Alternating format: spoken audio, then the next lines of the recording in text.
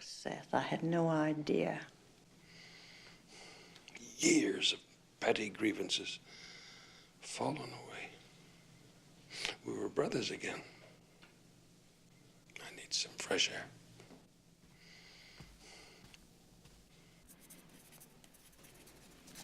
Well, what about some sort of secret door or panel?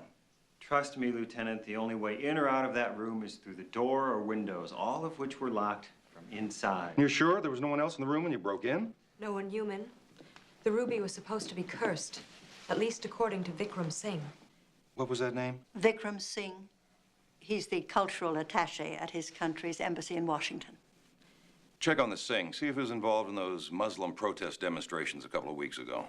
Forgive me, Lieutenant, but Mr. Singh mentioned that he had attended the festival of Diwali last year, which, if I remember correctly, would make him a Hindu, not a Muslim. Excuse me, Lieutenant. We're just about to wrap it up. Yeah, fine, thanks. Well, why don't you wrap it up, Lieutenant, and let my daughter get some rest? If you had done a proper job in the first place, maybe this wouldn't have happened. Look, Mr. Davies... Well, it is rather late, and perhaps we could continue this tomorrow. Oh, right. Good point. Let's call it a night, folks. Mrs. Fletcher, just between the two of us, which one are you with? I beg your pardon? Well, I first suspected after our talk in the garage, but that bit about Muslims and Hindus, dead giveaway. So which is it? FBI, CIA, NSC? Lieutenant Ames, I don't know who or what you think I am, but I assure you I'm simply a mystery writer from Cabot Cove, Maine. Cabot Cove, nice touch. Has a real ring of truth about it. Well, possibly because it is the truth. Oh, right. Honestly. Oh, I get it. When you want me to know, you'll tell me. I can deal with that.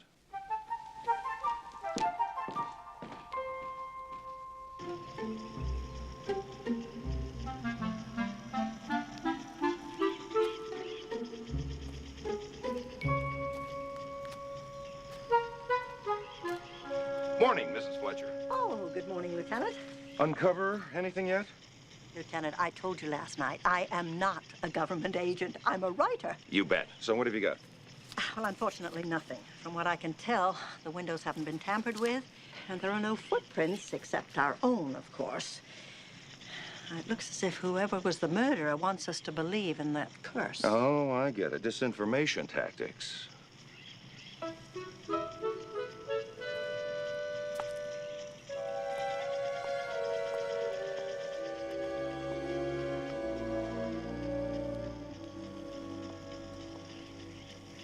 I don't care if he's arguing a case before the Supreme Court. I want a copy of my father's will delivered today, understand? Or he can kiss our fat retainer's fee goodbye. Lawyers. Can't live with them, can't die without them. So it seems. In a pretty big rush to see the will, aren't you? Considering your father's hardly cold. Lieutenant, my father was never anything but cold. And selfish and vindictive and... That's a lie. You're hardly in a position to judge, Uncle Seth. Considering you hated him so much, you didn't speak to him for 30 years. Until yesterday. Is that true? It is. Mind telling me all about it? I sure as hell do.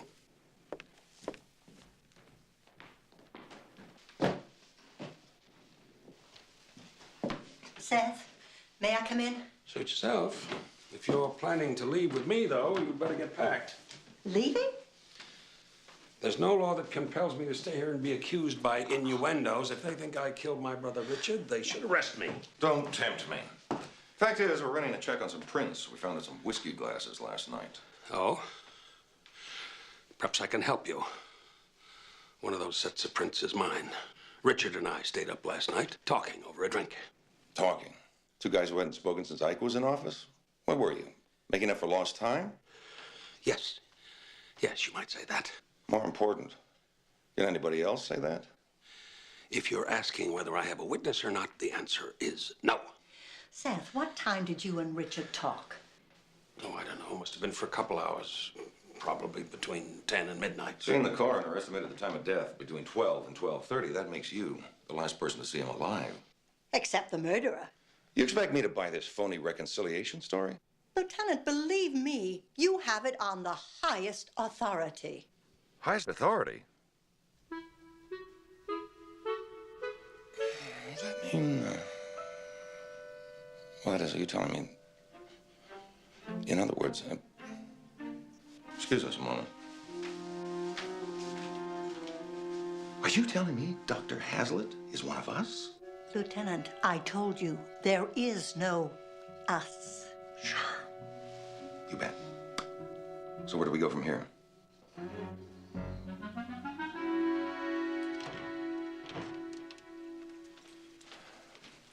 Houdini himself couldn't have gotten out of those windows. Well, unless I'm very much mistaken, Richard's killer didn't either. Here, look at this. Feels a little like tar. I think that it is tar of a sort.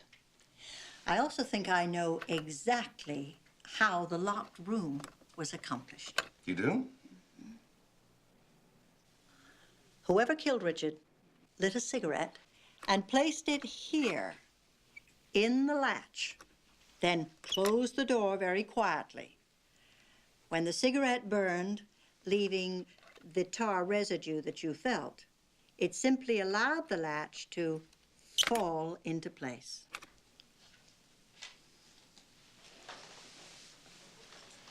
You feds really know your stuff.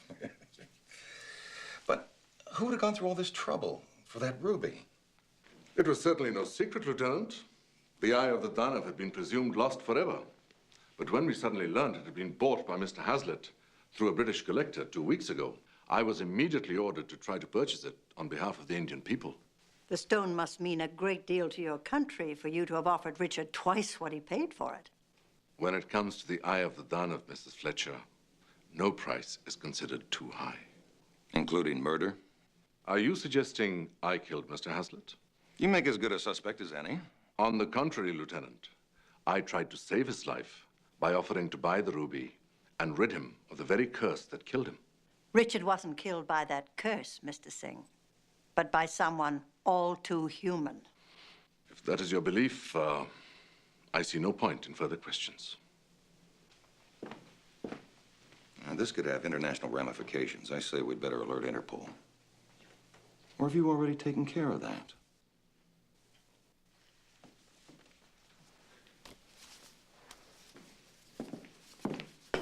I'd advise you not to plan any sudden vacations, Mr. Singh. Only a man who has something to hide runs away.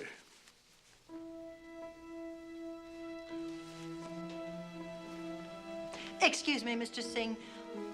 Aren't you going to put on your other glove? Just a minute. Let me see that glove.